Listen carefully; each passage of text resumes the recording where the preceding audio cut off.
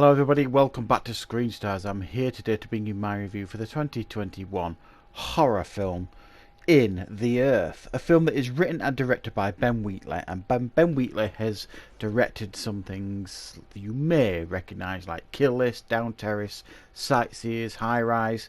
Very, very talented director. And it stars Joel Fry, Reece Shearsmith, Hayley Squires and Elora Torchia. Now, this film focuses on Martin, played by Joel Fry, who it kind of reflects society a little bit today because there's like a global pandemic, not the one that we're going through currently, but its own version of it in the film.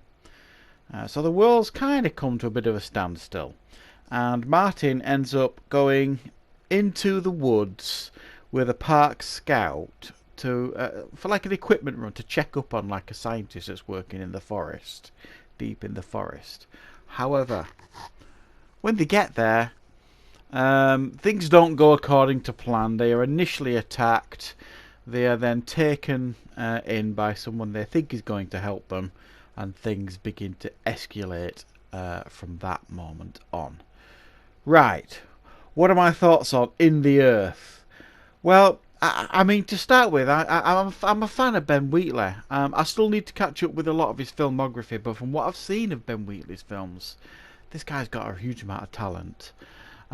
So I'm not going to lie, I was quite disappointed with this film. I think the concept of it is great. I think there are aspects of it that are fantastic. The way it looks, the way it's shot, it looks beautiful. Sounds beautiful. Great performances by everybody here. It just didn't work for me. It was just bonkers, this film. Completely and utterly bonkers. I mean, it's a slow start, and then when it starts escalating, it gets a little bit more interesting. You think, oh, this is going to start to get good now, and then it just kind of again drops back into a lull for me. And it's the film is probably best described as, it goes for occasional highs in regards to the horror and the gruesome acts that are taking place, to like these dull lows where you just kind of like, what are they doing? I just didn't get it. To be honest, I didn't get it. There's like there's two people in the woods basically trying to communicate with nature, is the best way to describe the film. One of them is doing it using magic and worship and photography and poetry, I guess, and the other one's using science, and they're both trying to communicate with this spirit in the woods. And I get why they're trying to do that, because this global pandemic, all this kind of stuff, it's almost like the anti-happening, the M. Night Shyamalan films Happening. It's like nature fighting back almost, but you never really fully get this one. It's just bizarre beyond belief. When they try and explain what they're doing, you just kind of scratching like, what, are you mad? One of them's experimenting with sound to try to chat with nature and all this kind of stuff, and it kind of pushes the audience member away. It feels like it went for weird, artistic and meaningful, and it missed the mark for me. It was just a bit too out there and psychedelic. For me, I mean, I've looked at the critics' response to this is fairly positive, and the audience response is not very positive, and I think that says everything, really. This is a film that some critics are going to love because they can really dive into this one and dissect it. Film students, critics are going to adore this one, and it may well grow an audience as time goes on, as more people watch it and understand it and dissect it. For me, I'm not usually a big fan of films like that. I don't like a film to give me everything on a silver platter and explain everything.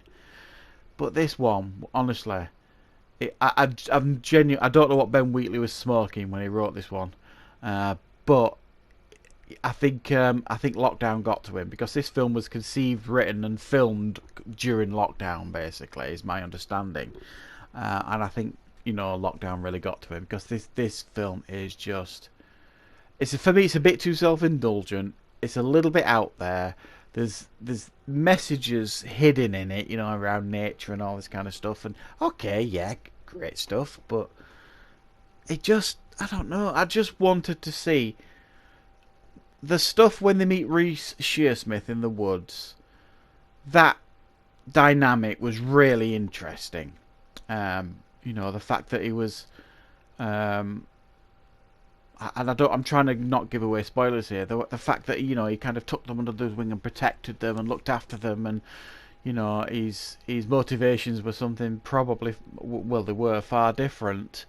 I really like that, and so some of the scenes that it shows in the film are really very gruesome, a la Ben Wheatley. If you've seen any of his work, you'll know what I mean. He doesn't hold back in regards to graphic imagery and things like that. I think this one is just a bit too weird for me. I just couldn't connect with it.